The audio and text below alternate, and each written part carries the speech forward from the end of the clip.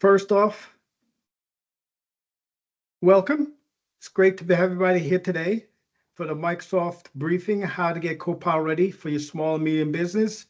My name is Wayne Roy, and I'm a Microsoft strategic consultant. I'm with Troynet, and we help companies automate and simplify the adoption of Microsoft technology into their companies. And today, I'm hoping to help you understand how Copilot can help you unleash the power of AI in your organization and prepare for the future of what company is going to be dealing with. Feel free to drop any questions as I go along in the chat. And if I have time at the end, I'm going to address all the questions. A worst case scenario, I'll email back to whoever ran me your questions, and I'll give you a definite answer on whatever questions you may have on Copilot. With that being said and done, let's jump on in. So let me go over the agenda. Today, I'm going to be going over what is AI and what the new norm we're living in right now. How is Microsoft addressing the challenge of AI? What exactly is Microsoft Copilot? And then at the end, I'm actually going to do some demos. Someone's going to be a video, and if I have a chance, I'm actually going to do a live demo at the end to show you, depending on how much time we have left over. But you're definitely going to see some case example of how Copilot works in Excel, PowerPoint, Teams, and how they may look in your environment. So let's start off. What is AI and the new norm we're living in? Let's talk about what is the new norm.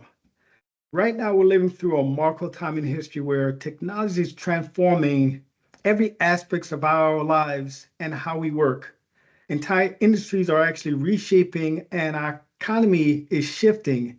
And AI is the driving force behind this change. It's actually creating new opportunities and challenges for companies of all sizes right now. Technology has always been a driving force for innovation and transformation in every industry and sector. But let's think about this. Think about the invention of the printing press and how that revolutionized the spread of information and knowledge, and how the Industrial Revolution enabled mass production and consumption, or how the internet and the cloud changed the way we communicate and collaborate. These are examples of how technology has enabled new ways of creating value and delivery solutions. Take a look at this slide. In one century, in the 1900s, in one century, we outperformed the growth, economic growth, and enablement of our whole world 9 times over the last century in just one century. That's all due to technology. And that's due to things like flight, internet, production of transistors, and that's only in the 19th century. That's one century compared to 9 centuries where we had a 20-time growth. So now let's think about artificial intelligence is the next frontier of technology that'll have a profound impact on how we work. AI is the ability of machines to perform tasks that normally will require human intelligence, such as understanding language, recognizing images, solving some problems, and actually learning from data that we have.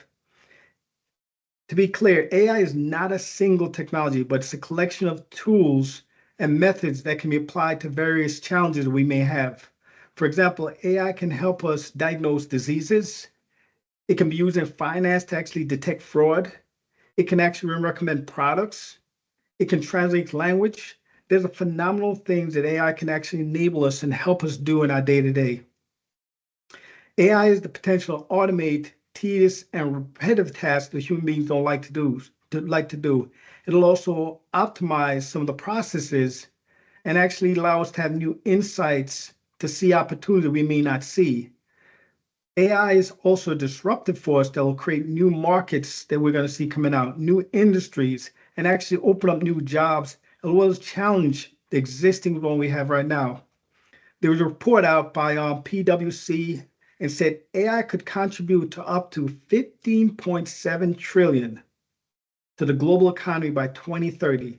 If you think about that, that's more than the current output of China and India combined right now. That's phenomenal growth based on the prediction of what the AI is going to affect the economy. AI is actually not a distant future, but a present reality that's already transforming every aspect of our society and economy. If you look, It took, for adoption of 100 million users for mobile phones, it took 16 years to get 100 million users to actually use a mobile phone. It took 7 years to get that same amount for the actual use of the internet. It took 4.5 for the use of Facebook to get 100 million users. When ChatGPT came out, it took 3 months for 100 million users to be adopting ChatGPT, which is AI, of course. So AI is here. It's already helping us find information. It's helping you shop online. It's helping you watch videos. It's actually in the gaming system right now that you play. AI is becoming more accessible, more affordable, and thanks to investment in things like computer power and software development, and also the fact that we have greater access to data than we have prior in the past. At one time, AI was only available to experts and researchers, but right now, it's actually available to everyone. Everybody's talking about ChatGPT. Everybody has it. My teenage son knows ChatGPT and he's doing it. That was normally not accessible unless you were already a researcher or somebody that had big funds to actually have access to that type of technology. So it's here and now, and it's something that's not going away. As AI becomes more advanced and accessible, it'll actually enable a new way of creating value and delivering solutions. One of the most exciting and promising applications of AI is the ability to actually generate content and data that can be used for various purposes.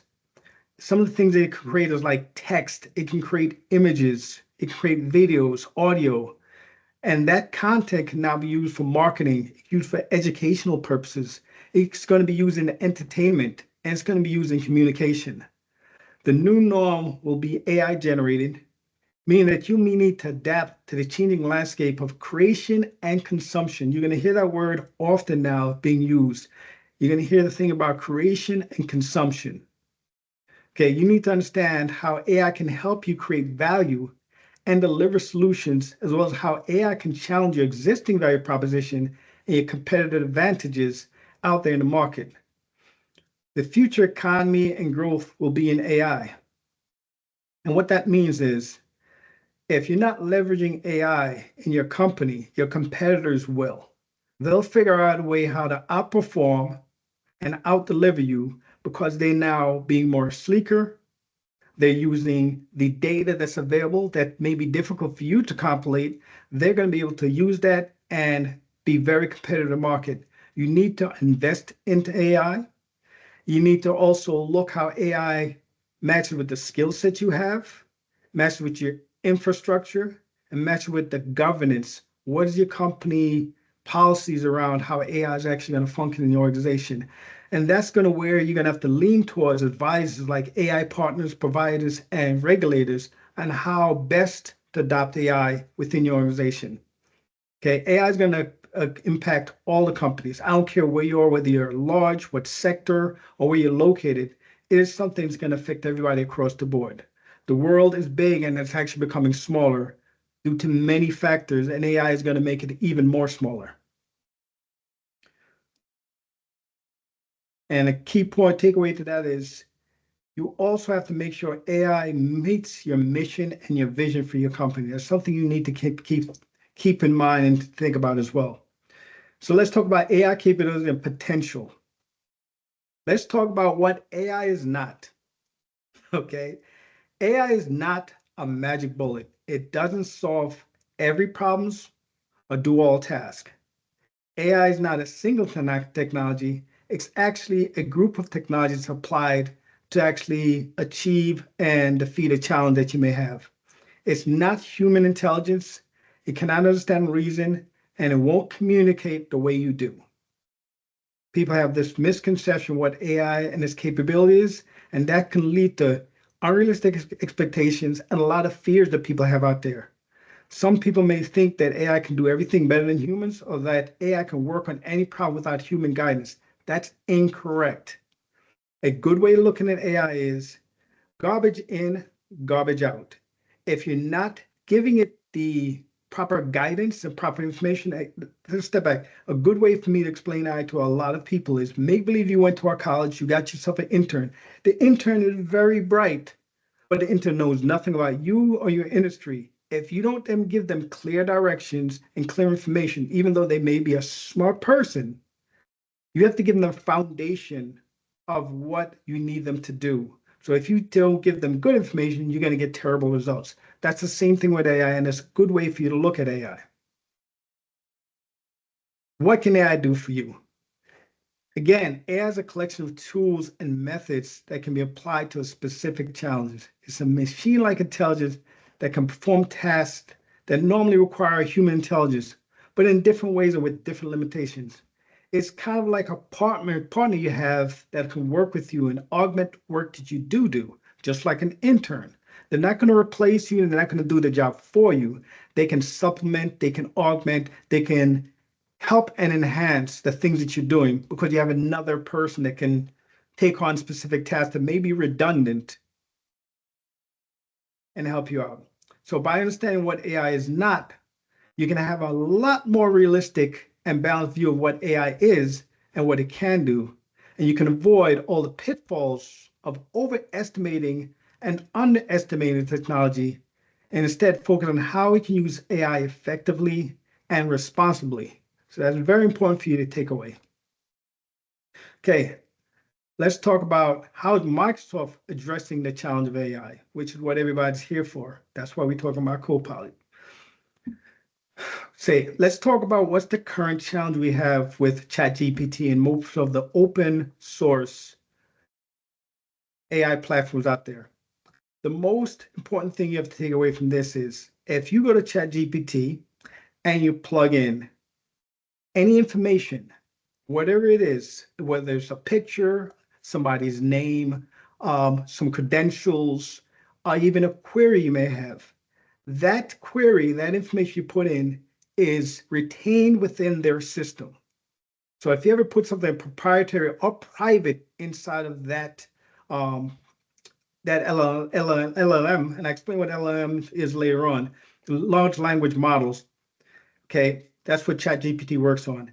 If you input it into that platform, it retains it. It will keep it forever, and it uses it to learn and uses it to give responses to other people out there. So the biggest threat right now is these open AIs. It's not siloed specific for you. The data you input is shared to everybody, and the data that everybody else is inputting in is shared to you. So that's the gap, and that's the challenge we have right now with AIs. Hey, how do we safely and securely use AI, especially in a corporate environment, and make sure that you're doing the proper data governance, that people that do not need access to specific information do not have access to it. And that's the challenge that Microsoft is trying to find a solution for. And I think they're doing a pretty decent job of doing that. So I said LLM earlier. I just want to give everybody a little, not to go technical, but I feel it's important for everybody to understand certain concepts when you hear AI because you're going to hear them often. You have something called LLM. It's a large language module. Okay, a large language model is like a super smart assistant that understands and generates human language.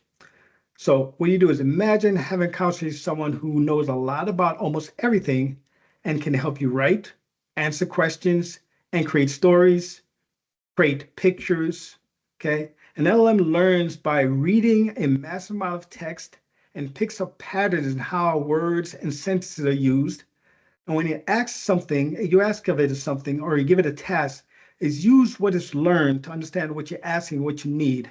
And it then generates a response based on all the information it's learned. This response aims to be as helpful and relevant as possible. So that's what LLM is. You hear another thing called NLP, natural language processing. That's the technology that helps machines make sense of what we're saying or writing or responding in a way that makes sense to us. A good example is when you ask Siri or Alexa a question.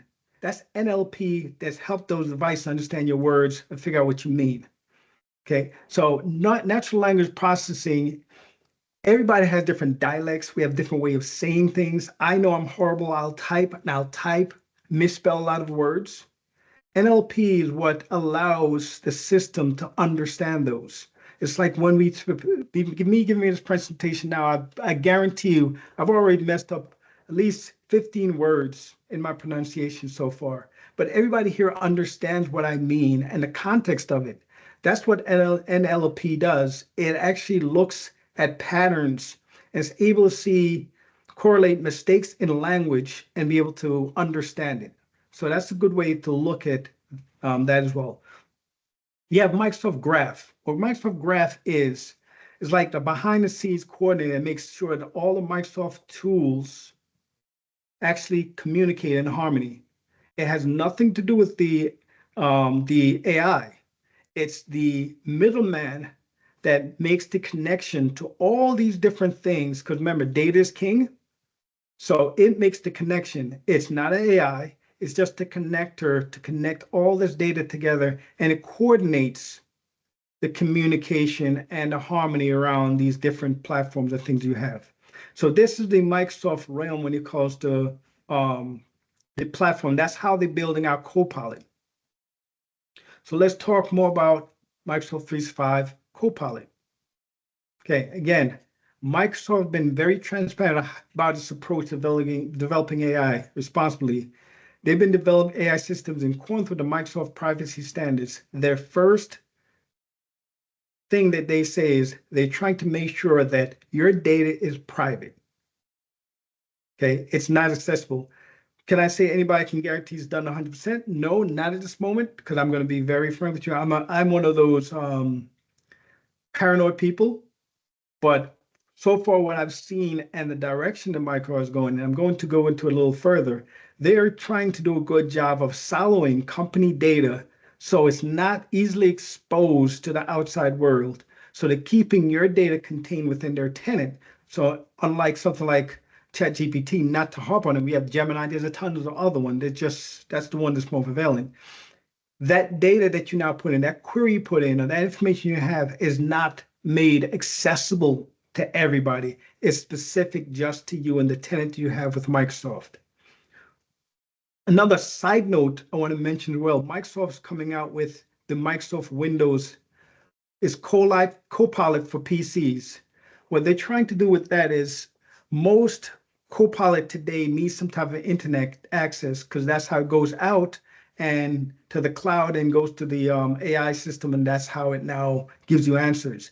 They're building it into the PCs itself, so it's siloed, and anything you have on that device is exclusive to the device. It doesn't have to go out to the internet. So that's another barrier that's in place so that data doesn't go out. It's only staying within your device, and it's doing all the correlations, doing all the answers right from your device. Something to look out to, and I thought that was pretty cool that Microsoft was looking at that as a solution. So again, they're looking to have a platform that's secure. They're looking at a platform that has all the components, and this is, to me, the biggest selling point for Microsoft. Microsoft is on your Windows desktop. They have your servers. They're giving you your antivirus. They're giving you the productivity tools. They're giving you tons of Teams, your collaboration tool. They're in the best position to be able to have a company. If I want to see across the board and see my data and actually run analytics or get answers to it, since they're delivering all the things that a company uses, I think they're going to be ahead of the game of being able to get the best answers on, hey, how well my company is doing, because it has so many data points that if you allow it, it can actually pull those data points from. And I like the fact that they're very conscious of security and compliancy. So when you do enable these things, you can create barriers to prevent those things from going in places you do not want. There's some work that's required, but those things are available and you can actually do it. Let's jump into AI and Copilot. What is Microsoft Copilot? Okay, but I'm going to do something before I start. Before I jump into Copilot, I want to talk to everybody that let's think about 5 important questions you should be asking yourself before you jump into Copilot. Number 1, what's your goal for using AI? Because it's a buzzword. Everybody's saying Copilot, everybody's saying AI. But before you move there, it should be a business decision, not a gut knee reaction to something. So what are your goals for using AI? What are the pain points within your organization that can be addressed with AI? Is it, hey, I'm looking to um, enhance the performance of my staff? Is it HR? Is it marketing? Looking at what areas that you can actually improve the performance of how your people are working. Don't forget, if you can improve how something's operating, then your revenue will increase. Excuse me, no, your profit will increase because you get more productivity in that area. Revenue will increase if you can now improve your close rate when it comes to sales and marketing. That's a different item, but optimizing your internal staff and how you operate actually affects your profitability. Next thing is what are your current AI capabilities? Can you actually do it? Does your organization have a data strategy in place, which is key and paramount before you do anything else? Understand your data, because AI is looking at data. And if you don't know where it is, what's it doing, and who has access to it, that's a big red flag for me before even considering, hey, let's do it across the board enabling AI. Number 5, do you have a necessary infrastructure and resource for support to support AI initiatives? To me, each of these elements will help guide and shape how you bring AI into your organization, and you should be considering them. Okay, let's talk about the foundation for Copilot. We're going to be talking about empowering employees, how to standardize on license, and then talk about sensitivity of business data, which falls into the governance around the data that you have, which is very important for security around using AI. So let's look at the first step. Empower employees with secure AI-powered tools like Microsoft Copilot. Okay, introduce the benefits and the value of using AI within your company and getting a culture buy-in to the benefit of daily work is important. Without buy-in from the top down, I feel there's nothing that can ever be implemented correctly, securely, and safely in an organization unless you get the buy-in not only from the executives, but everybody within the organization. So before you do this, you need to talk to the key people. And then from there, you need to talk to the people that's actually going to be using it and get their buy-in. Find out, A, why would they be interested? What would they need to be able to perform properly? And have it be a cultural decision. Actually, look at the culture, make sure it matches your culture, and make it be a business decision and a company decision around enabling new technology within an organization. I think that's where I see most things fail, is not getting all the people to buy into the value and the benefits of utilizing a specific technology. Okay, once you get the company buy-in, then that's where Copilot comes in. That's where you can do things like improving employees' productivity.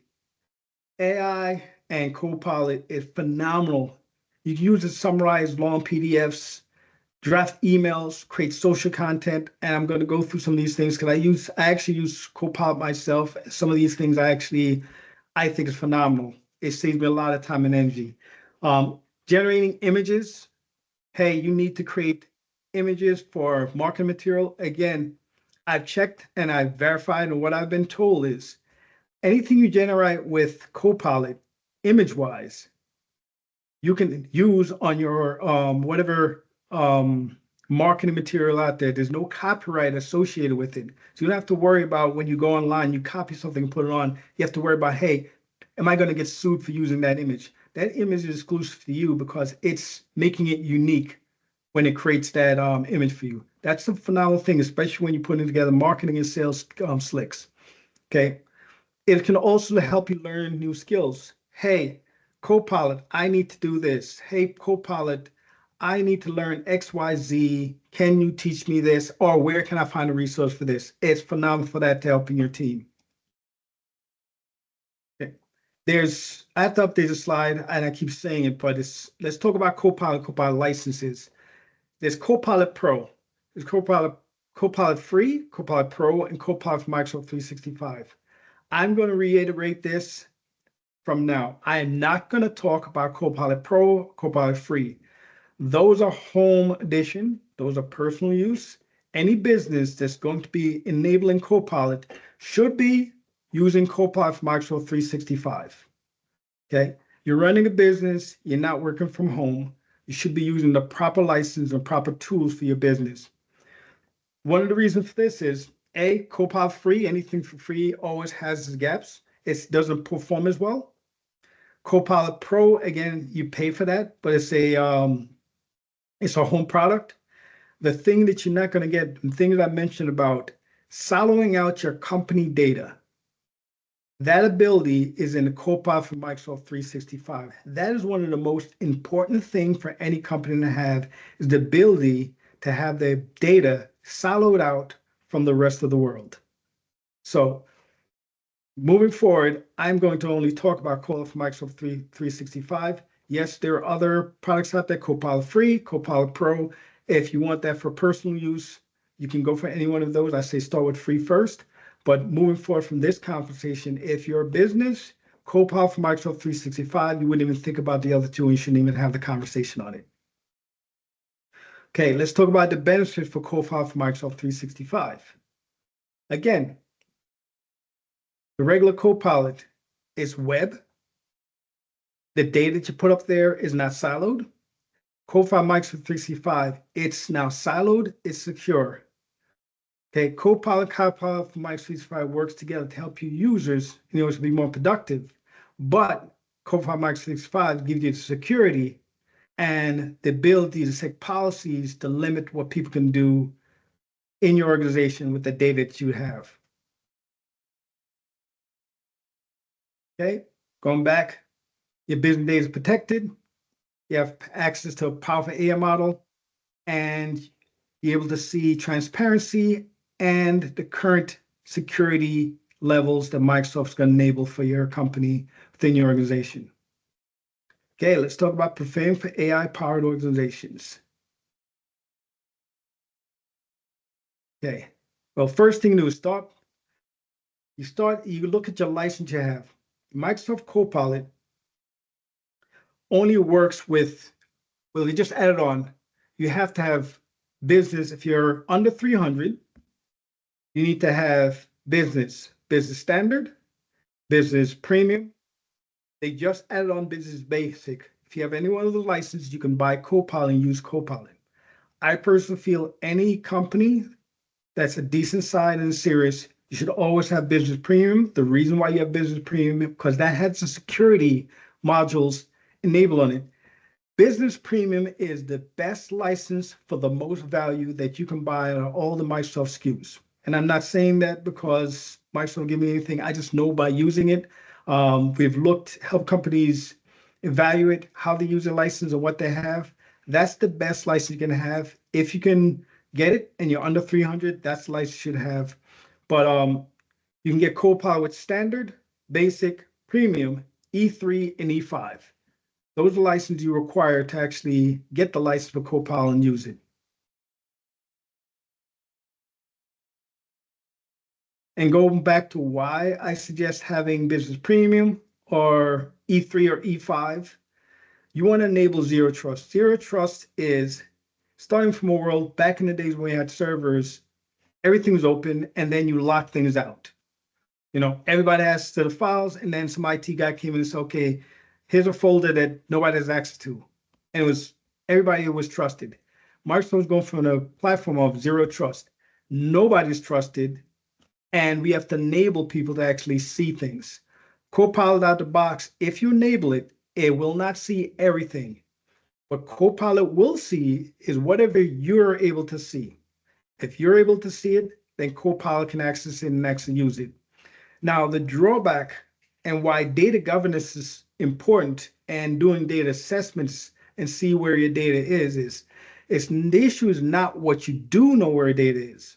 That's not the problem. Hey, I got a folder over here, and this folder I know is just for executives and only Tom and Bob has access to it. Oh, you know that. But what I don't know is, and I'm a victim of this, I created a document 10 years ago, our finance document, or a merger agreement, or some type of contract. And I forgot I made 3 copies. You know why? I do it. I don't know if you do it. Hey, I had it over there. I forgot where I had it. I found it and say, let me save it over here so I won't forget where it is. I forgot that. I finally found it. Let me save it over here so I don't forget where it is. And then when I'm done, at the end of the day, there's multiple copies of something that's secure. And I forgot where that location is. So it's great you have that folder that says, hey, nobody's access to it. But what about those other copies, shattered data that you're not aware of where it is, or you don't even remember that it even exists? Human beings, the great things about human beings, why good and bad, we can be secure of them. Human beings is not tenacious enough to look through every single folder. So you can have an employee that may have asked something, but don't even know about it and been working for years because they're not tenacious enough to look in every single folder. But you know what will? AI. It'll look in every single folder that person has access to and review it. So always remember, what that person can see is what AI can see. So you're going to always do some type of data governance, and you're not concerned about the stuff you do know about. Data governance is stuff you do not know about. So you can now categorize and sort those things out and secure it. Microsoft 365 Business Premium, E3, E5, those give you some of the capabilities to start that journey to do that. Anything below that, standard or basic, do not give you the tools to start looking at data governance and protecting the data that AI may see.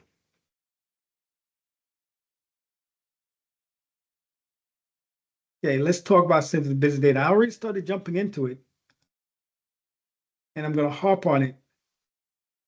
AI now is going to be, and this is not a doom where I'm trying to make people get afraid. It's business. It's working smart. It's kind of like how we live in a world of being very conscious of security. We were very lax years ago when we were not being hacked, but now we're being hacked. Everybody's more conscious of it. But we should have been conscious from day one of how our business practices are and the gaps in how we do things. So AI now is giving us the opportunity for companies to sit down and say, hey, I really don't understand my data. And that's actually a security problem as well as a governance problem. I need to address this. And the reason why it needs to be addressed is because now the great thing is AI is going to look at everything, your messages, your file sharing, your meetings, your users, your chats, your calendars. The great thing about that is now you can make business decisions across everything that's happening. I'm doing a lot all day long. I have meetings, I have emails coming in, I have documents I have to create, I have contracts I have to generate, I have all these things spread out. And what I use AI for, it helps me to highlight the most important things I need to look at. I use AI in the morning and say, hey, give me the highlights of the most important emails. Or find me XYZ client. Did they email me? And all that junk email stuff that I throw in spam and delete, I do mass delete every morning. Delete. Okay. It can actually look at that and kind of A, learn your habits, and B, figure out what's the top things you need to have.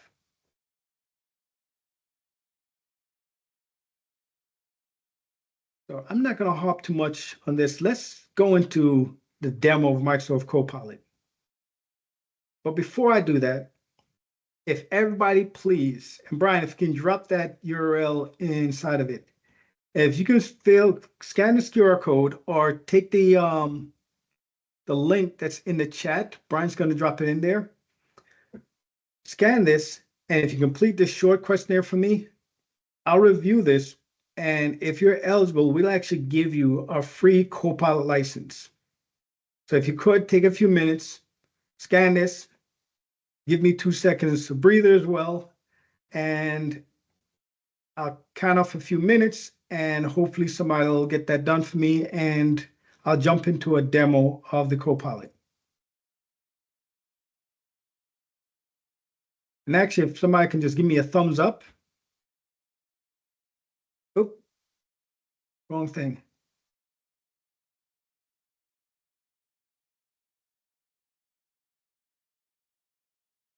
Well, I'm not going to wait too long for that. Close out this chat, Hangout.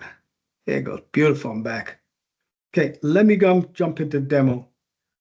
Like I said, hopping back on it again. Copilot allow you to free up your mind, run your business, allow your employees to work a lot more effective, works within Word, Excel, PowerPoint, Outlook, Teams, and it's being integrated a lot more things. So I have a short video and it goes into the Teams meeting. So let me jump into that and give you an idea.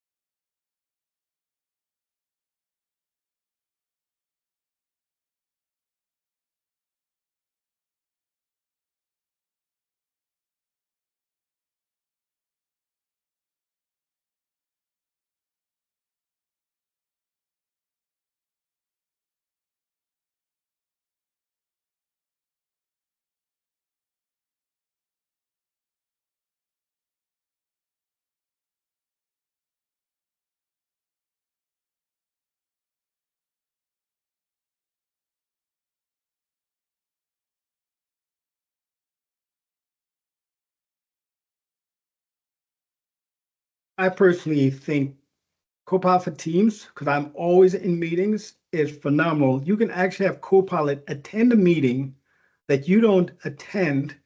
It'll write your transcript and it'll actually highlight key things. And you can ask it to say, hey, in this meeting, highlight the things that's specific to me. If somebody said your name or identified you within the conversation, it can give you a quick synopsis of those things, and you didn't even have to attend the meeting. That thing is phenomenal because I am a gentleman that's always in meetings, always taking notes, and things like Otter, this replaces that because that now does all the capabilities that you may see with it. Let me jump into Copilot in Outlook.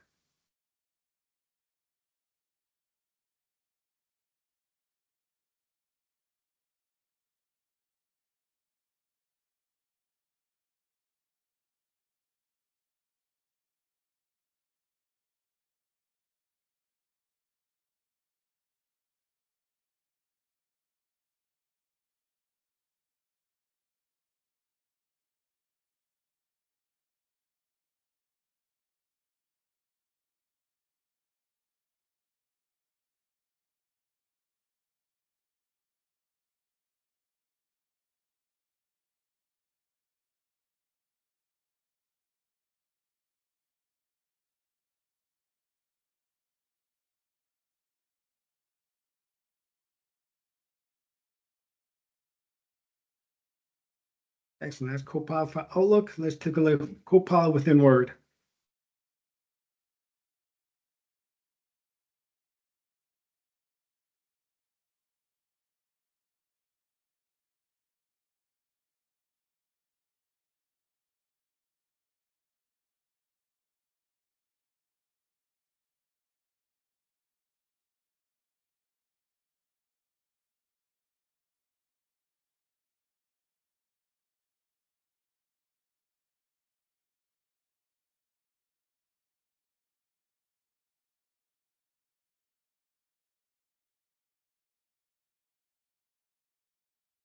Okay, look at Copilot in Excel.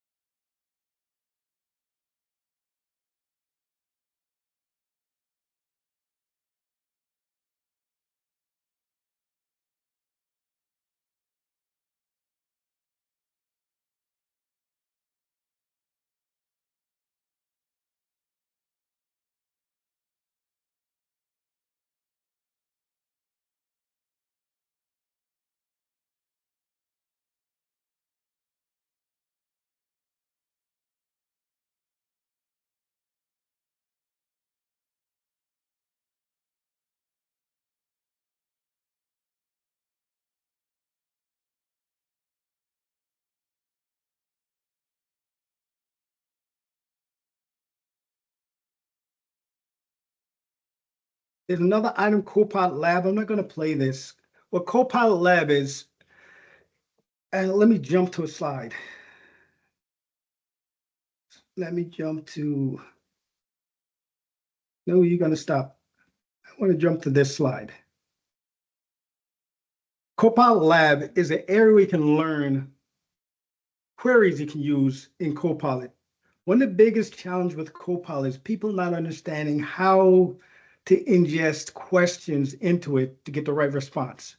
So this is a slide I have on your goal for, remember that intern? You have to give the proper information to that intern that doesn't know anything about you or about your company. So you have to put it within context. So you'll always give Copilot, what's the goal? Hey, I want a list of 3 to 5 bulletin points. What's the content? It's for our upcoming meeting. I'm meeting with executives, and I want the tone to be this. Source, hey, take this document, or here's some content that I've written that has the body of what I'm trying to accomplish. Okay. And preferences, the tone, which I mentioned before. Hey, I want to be a friendly term. I want tone. I want it to be more of a professional tone. You have to give them the context of how you would like whatever information you give it to them. That's one of the most important thing with working with Copilot is giving a foundation. I always, for example, I do blogs and I'll build my conceptual idea of what I want this thing about. I write a paragraph, paragraph and a half, and I said, take this, audience is this. Hey, I'm gearing this towards technical leaders. I want it in a humorous tone, and here's content that I have. And I give them the paragraph, write me a blog. And the blog winds up being about 5 paragraphs long with highlights and everything because I gave it context to work with. So that's how you use Copilot. And that's how you use any AI you have. It's only as good as the information you share with it and the direction you give it. If you get bad information, that means either you didn't give enough direction or you didn't give enough context to what you want. That's very important. I'm going to ask real quick, because I can digress or I can just keep going to the end. Through the chat, somebody give me a thumbs up. Would you like me to show you a Copilot within PowerPoint? I'll do it live right now. I'll come up with a topic, I'll ingest it, and I'll show you how it looks. Yes? All right. This is the first time I'm doing it. I'm going to give it a shot. Let me stop sharing. And I'm going to try to share my screen, and we're going to do it live together. Let's boom. Can everybody see it? Brian, give me a yes. Yes, Brian, yeah, excellent, yes. Phenomenal. Okay. I love Copilot for Word and PowerPoint. I use every day. Again, I play around a lot. See, I'm creating content. I'm doing webinars. I'm creating marketing content. Let's do it. Here's Copilot. Open up Copilot top. And of course, Microsoft has a bunch of verbiage. This thing, create a presentation about. This is the thing that you're going to love if you're always creating presentations. Okay, I'm going to make something up. I wrote something down earlier today. And again, never done this. This is just something I made up. What I made up is, hey, create a presentation and paste it in here. Control V. I don't know what's going to happen. Create a presentation about how to travel the world safely with a checklist of what to bring with you. Okay. Random query. It's going to take a little while. Let's see what happens. What's it going to give me? What's it going to do?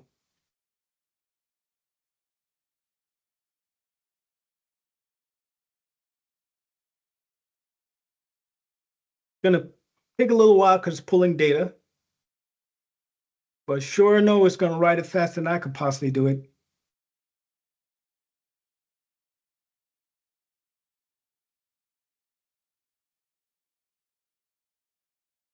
I might need this list. I have to go travel soon.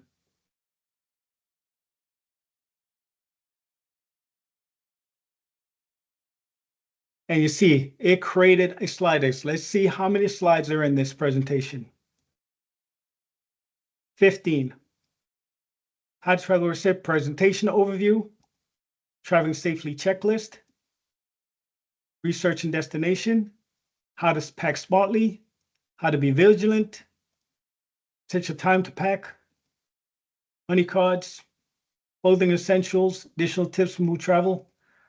I couldn't do this as quick on my own. And if you notice, it also put notes in the bottom. If everybody can see this, gives you talking points for every slide,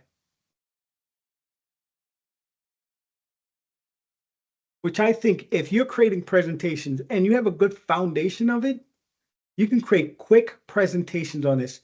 You can actually use DALL-E as well to update the images. You can tell it to use a template. You may have a company template you have already that it can use and actually create the presentation based on your template. Let's do something here. Let's try summarize this presentation.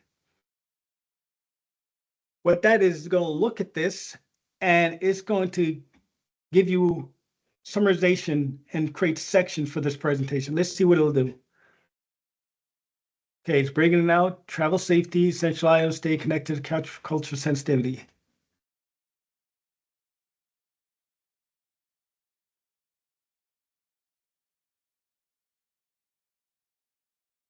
Okay, nope. What's next? No, here, organize. Sorry, I did summarize. I did organize this presentation. That's what I want. Apologize. What I'm trying to do is have it create groups because I like to present in groups. I know, hey, this is topic A, topic B, topic C, and I'm going through groups of ideas.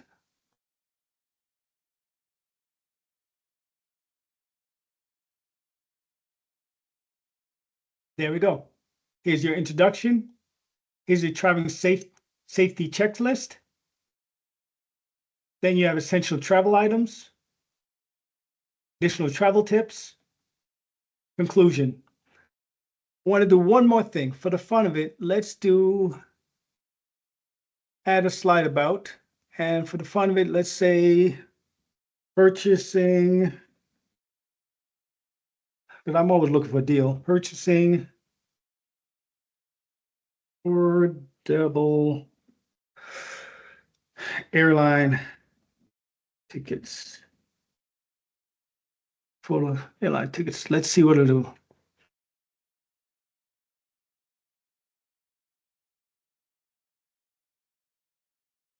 Boom. Add a slide. Tips for purchasing affordable airline tickets.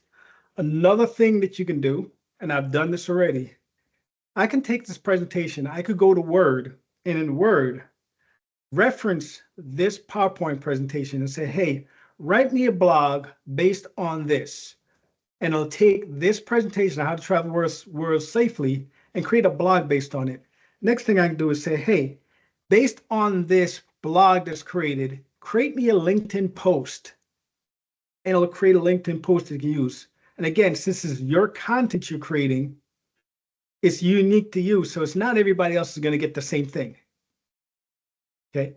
Granted, you see, I just created this right now and I gave it minimal information. I always write my own content and have that in Jet and create it. The more unique you make your data, the more it belongs to you. This is very generic. This is very broad. But that's another example of, hopefully that's helpful and kind of show how you can actually use, what is this? Dismiss. Okay. Use Copilot. Again, the power is in how well you can give it context for what you want. And if you take away anything else and you want to be phenomenal using AI, that's what you have to look at. Hey, if I had to talk to an intern that knows nothing, but this is a very, very, very smart person that can analyze data, can look at stuff and give you answers, how can I relate to them what I need and have the right tone, have the right source, have the right context, and understand the goals of what I'm trying to achieve? All right, with that said and done, just to recap, Microsoft is developing AI that's going to be built on ethics, Reliability, privacy is one of the things they're talking heavily about to making sure things are private because they understand if they don't meet the demands, if they don't match the fears that's out there around AI, because I know a lot of people have apprehension around it. But if they drop the ball and not building this in a way that makes everybody feels comfortable, they're going to lose the game. So they're very gung-ho and very proactive in saying, hey, what can we do to silo out data and make sure it works right? And whether you going into it or not, AI is here to stay. You're going to see it affecting you in different industries from healthcare, finance, retail, manufacturing. You're going to see it in patient treatment. You're going to see it in developing drugs. You're going to see it in doctors using to diagnose patients, looking at data, finding family histories, looking at anomalies in family history and say, hey, oh, you have a higher proclivity to have this compared to somebody else. It's going to look at credit fraud because now it can look at all the data and see any changes or any things that may look like it's out of place. Retail is definitely going to use it because they're going to look at trends of what you're buying. So when you step in a store, all of a sudden, the thing that you've been Googling before you got to that store is going to be right in front of your face. Or even if you go on the internet, that's the thing you're going to see because you looked at that 5 times last week, and here's something that you want to go for. Manufacturing, that's definitely going to be there as well as how people are producing and what the supply chain, especially handling supply chain and things moving. So, oops, I jumped the gun. Getting started with Copilot. I highly suggest everybody doing a Copilot readiness assessment. And what everybody's going to find out is they need to now pay attention to their data governance. Data governance means, hey, do I know what data I have? Is it categorized? And now can I set policies around those things to make sure the wrong person is not seeing it? The threat right now is not you specifically saying, hey, hackers coming in. The challenge, let me rephrase, not threat, but the challenge is as a business owner or somebody is part of a company, executive, am I sure that there's no person in my staff has access to data that they're not supposed to have or is not putting it in a place they're not supposed to put it? Most people, 99.99% of people that I know, companies, they do not know where their data is. They do not know how their data is categorized. Data is not categorized, and they don't know where their stuff is. They think they do, but after analysis, they don't. So my first step that I would suggest to anybody is definitely think about looking at how can you now make sure you're starting in the right direction of safely using Copilot and safely using AI, whatever it may be, because Gemini is coming out with Google, so it doesn't matter where you go, it's going to be someplace that has AI. From us, if you scan this QR code, you can get on our list and we actually can do a Copilot readiness assessment for you. We're also giving out a free Microsoft license assessment. What we're going to do is audit license because part of Copilot is make sure you have the right licenses in place. And if you have any questions about security, privacy, and compliances, not only with Copilot, but just the data within your organization, feel free to reach out to me. You can shoot an email to me at engage@troynet.com. Please scan this QR code and definitely reach out if you want the license audit or the Copilot readiness assessment. Thank everybody for being on board. Hopefully this was helpful. Hopefully I didn't talk your ear off and you got some good value from this. Thanks everybody. Appreciate it. You have a good day.